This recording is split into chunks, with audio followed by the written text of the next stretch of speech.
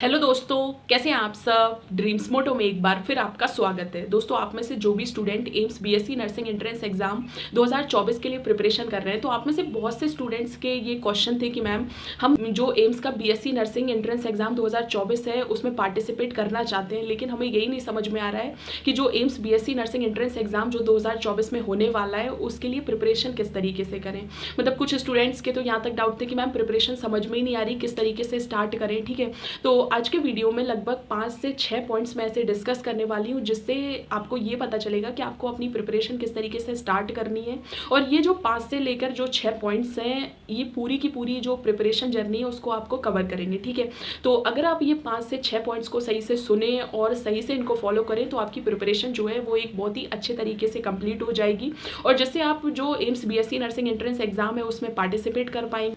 Exam को crack करके आप एम्स से अपनी बीएससी नर्सिंग की जो डिग्री है उसको कंटिन्यू कर पाएं। ठीक है, तो दोस्तों जो सबसे पहला पॉइंट है वो बहुत ही ज़्यादा इंपॉर्टेंट पॉइंट है। ठीक है, क्योंकि आप प्रिपरेशन स्टार्ट जब अच्छे तरीके से करोगे तो तभी तो आपकी प्रिपरेशन सही तरीके से होगी। ठीक है, तो जो सबसे पहला पॉइंट है उसमें यह है कि आप AIIMS BSc nursing entrance exam जिसमें आप पार्टिसिपेट करने वाले हैं, आप पहले उसका जो सिलेबस है फिजिक्स, केमिस्ट्री, बायोलॉजी और जनरल नॉलेज का जो भी सिलेबस है उसको एक बार बहुत अच्छे तरीके से पढ़ें। ठीक है, उसको पढ़ के जो भी उससे रिलेटेड जो टॉपिक्स दिए गए हैं वो कौन कौन सी बुक्स में दिए गए हैं आप उनको अच्छे से परचेज करें। ठीक है, क्योंकि आपको टॉपिक पता होना चाहिए, फिर जो भी इंपॉर्टेंट चैप्टर्स वगैरह हैं वो कौन सी बुक्स में अवेलेबल है ये भी आपको पता होना चाहिए। ठीक है, तो आप जो भी इंपॉर्टेंट बुक्स वगैरह हैं उनको परचेज करें। ठीक है, उसके बाद जो भी प्रीवियस ईयर क्वेश्चंस हैं, प्रीवियस ईयर क्वेश्चंस भी आपके पास अवेलेबल होने चाहिए, क्योंकि प्रीवियस ईयर क्वेश्चन से ही तो आपको पता चलेगा कि एग्जाम में किस टाइप के क्वेश्चंस जो है वो पूछे जाते हैं, कौन से ऐसे टॉपिक्स हैं जिनसे जो क्वेश्चंस हैं वो ज़्यादा पूछे जाते हैं। ठीक है, अब जब आपको सिलेबस पता चल गया, जो भी इंपॉर्टेंट बुक्स हैं आपने वो परचेज कर ली, तो उसके बाद सेकंड नंबर जो आता है वो आता है एक अच्छे टाइम टेबल को बनाने की। ठीक है, आप एक एग्जाम के लिए प्रिपरेशन कर रहे हो, पूरी 1 साल की जर्नी है। ठीक है, तो आप एक अपने सुटेबल अपने तरीके से एक टाइम टेबल को प्रिपेयर करें। ठीक है, आप किसी के टाइम टेबल को नहीं फॉलो कर सकते हो तो जो आपका खुद का टाइम टेबल है आप उसको प्रिपेयर कीजिए, जिसमें लगभग आप 5 से 6 घंटे जो है वो डेली अपनी स्टडी को कंटिन्यू कर पाएँ। ठीक है, क्योंकि जो सिलेबस है वो 4 सब्जेक्ट का सिलेबस आपको कवर करना है, तो आपके पास इतना टाइम होना चाहिए कि आप इक्वल टाइम सभी सब्जेक्ट को दे पाएँ। ठीक है, क्योंकि फिजिक्स, केमिस्ट्री और बायोलॉजी से 30 क्वेश्चंस आपसे पूछे जाते हैं। ठीक है, तो आपको बराबर में ही तीनों सब्जेक्ट को पढ़ना है। ठीक है, तो सबसे एक बहुत ही अच्छी चीज़ फॉलो कर सकते हैं कि आप जैसे पूरे वीक में 6 दिन पढ़ रहे हैं। ठीक है, लगभग 5 से 6 घंटे डेली पढ़ रहे हैं और इक्वल टाइम अगर हर सब्जेक्ट को दे रहे हैं, तो आप एक काम कर सकते हैं, आप संडे को एक टेस्ट ज़रूर दे सकते हैं, जिसमें आपको ये पता चलेगा कि आप जिस तरीके से पढ़ रहे हो आपको कौन कौन से टॉपिक सही तरीके से आ रहे हैं। ठीक है, जैसे संडे है, संडे को आप हाफ टाइम में रिवीजन कर सकते हो और एक कोई मॉक टेस्ट या फिर जो प्रीवियस ईयर के क्वेश्चंस हैं उनको सॉल्व कर सकते हो, जिससे आपको ये पता चलेगा कि आपकी जो प्रिपरेशन है वो एक सही डायरेक्शन में कंटिन्यू चल रही है। ठीक है, तीसरा जो सबसे इंपॉर्टेंट पॉइंट है कि हमें मतलब बहुत सारे स्टूडेंट्स का ये डाउट है कि मैम बायोलॉजी सब्जेक्ट, जो केमिस्ट्री सब्जेक्ट, फिजिक्स सब्जेक्ट, इनको एक साथ कैसे कंटिन्यू करें। ठीक है, अगर बायोलॉजी सब्जेक्ट को पढ़ते हैं तो फिर ये दोनों सब्जेक्ट रह जाते हैं, और अगर फिजिक्स सब्जेक्ट को पढ़ते हैं तो फिर ये बायोलॉजी और केमिस्ट्री सब्जेक्ट दोनों रह जाते हैं। ठीक है, तो आपको एक प्रॉपर मतलब वे में अपनी प्रिपरेशन करनी है, आपको तीनों सब्जेक्ट को बहुत ही अच्छे तरीके से पढ़ना है। क्योंकि अगर देखिए जो जनरल नॉलेज के क्वेश्चन है वो आपको नहीं पता है कि किस तरीके से पूछे जाएंगे। ठीक है, करंट अफेयर्स के क्वेश्चंस आप कवर कर सकते हो, लेकिन आपको जो हिस्ट्री, जो मतलब जो भी ज्योग्राफी वगैरह के जो टॉपिक्स हैं उनसे जो क्वेश्चन आने वाले हैं तो वो तो आपको जितना याद है आप उन्हीं को सॉल्व कर सकते हो। ठीक है, तो आप मैक्स टू मैक्स ये कोशिश कीजिए कि आप जो बायोलॉजी, केमिस्ट्री और फिजिक्स के ज़्यादा से ज़्यादा क्वेश्चंस जो हैं उनको सॉल्व कर पाएँ, क्योंकि जो सबसे ज़्यादा मार्क्स आप अचीव कर सकते हैं वो इन तीनों सब्जेक्ट में ही कर सकते हैं। ठीक है, प्रिपरेशन जब भी आप किसी भी एग्जाम के लिए कर रहे हो, खासकर जो कॉम्पिटिटिव एग्जाम है, तो आपने देखा होगा कि आपको थ्योरी भी पढ़नी है, आपको एमसीक्यूज भी सॉल्व करने हैं। ठीक है, तो आप थ्योरी के लिए बुक खरीदें और एक बुक जो है वो एमसीक्यूज के लिए भी खरीदें। ठीक है, जैसे आपको क्या पता चलेगा कि जैसे मान लीजिए आप बायोलॉजी का एक चैप्टर पढ़ रहे हो। ठीक है, आपने पूरा चैप्टर पढ़ लिया, उसके हो सकता है कि अपने अपने हिसाब से स्टूडेंट नोट्स भी बनाते हो। ठीक है, तो आपने उनके नोट्स भी बना दिए।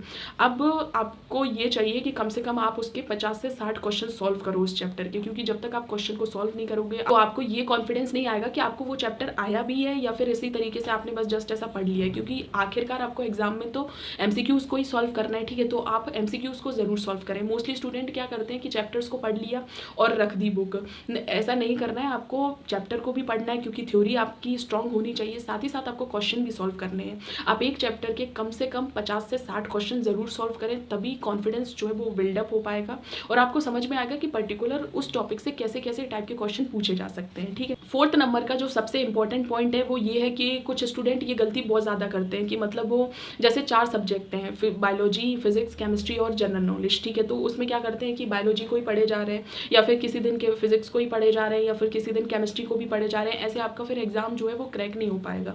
आप जब तक इक्वल अमाउंट में पढ़ाई नहीं करोगे, अगर आप बायोलॉजी का एक चैप्टर एक दिन में कंप्लीट कर रहे हो तो उसके क्वेश्चन भी सॉल्व करो, फिजिक्स का चैप्टर भी सॉल्व करो, उसके भी क्वेश्चन सॉल्व करो। ठीक है, केमिस्ट्री का चैप्टर भी पढ़ो और उसके भी क्वेश्चन सॉल्व करो, क्योंकि एटलीस्ट आपको जो भी आपके सब्जेक्ट हैं उनको एक बैलेंस में रखना है, क्योंकि एग्जाम में तो इक्वल अमाउंट में क्वेश्चन पूछे जाने वाले हैं। अगर आपको बायोलॉजी के अच्छे से सारे चैप्टर्स आते भी हैं और अगर फिजिक्स और केमिस्ट्री के नहीं आते तो आपका सिलेक्शन नहीं हो पाएगा।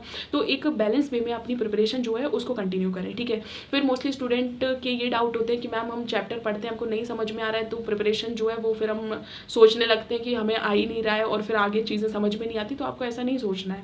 जैसे मान लीजिए एक चैप्टर अगर आपको नहीं भी आ रहा है तो पहले तो कोशिश कीजिए उसमें जो भी आपको चीज़ें नहीं समझ में आ रही, जो भी डाउट्स वगैरह हैं उनको टीचर्स से क्लियर करें। हो सकता है आप में से बहुत से स्टूडेंट अगर ऑनलाइन कोचिंग कर रहे हैं या फिर ऑफलाइन कोचिंग कर रहे हैं तो वहाँ पर टीचर से पूछिए। ठीक है, अपने जो भी डाउट्स हैं, एक डाउट के लिए एक बहुत ही अच्छी एडवाइस है या फिर आप समझ लीजिए एक सजेशन है कि आपके जो भी एक दिन के डाउट है, मान लीजिए आज आप पढ़ रहे हो, आपके जो भी डाउट है वो कोशिश कीजिए आज ही सॉल्व हो जाए, क्योंकि आप जब आज की जो भी प्रॉब्लम्स हैं वो कल पे नहीं टालोगे तो आज की प्रॉब्लम्स को आज सॉल्व करोगे तो कल कुछ और नए डाउट्स डेवलप होंगे। ठीक है, तो आप ऐसा कर सकते हो। ठीक है, उसके बाद अगर आपको मान लीजिए कोई चैप्टर समझ में नहीं आ रहा है, ठीक है, तो आप उसको थोड़ा सा स्किप कीजिए, दूसरा चैप्टर सॉल्व कीजिए। ऐसा नहीं कि उसी को लेके घूम रहे हैं कि अरे नहीं समझ में आ रहा है, हमारी तो प्रिपरेशन रुक गई, अब हम किस तरीके से कंटिन्यू करें। ठीक है, तो ऐसे अगर मान लीजिए कोई डिफिकल्ट चैप्टर है वो आपको नहीं समझ में आ रहा है तो उसको रहने दीजिए, थोड़ी देर के लिए दूसरा चैप्टर करिए और इसको आज का जो चैप्टर स्किप किया है इसको कल करिए। हो सकता है कल आपको आ जाए या फिर आप किसी टीचर से पूछ लो तो आपको और अच्छे से समझ में आ जाए। ठीक है, प्रिपरेशन में जो सबसे इंपॉर्टेंट रोल प्ले करते हैं वो है प्रीवियस ईयर क्वेश्चंस। ठीक है, क्योंकि प्रीवियस ईयर क्वेश्चंस हमें एक आइडिया देते हैं कि किस टाइप के क्वेश्चन जो है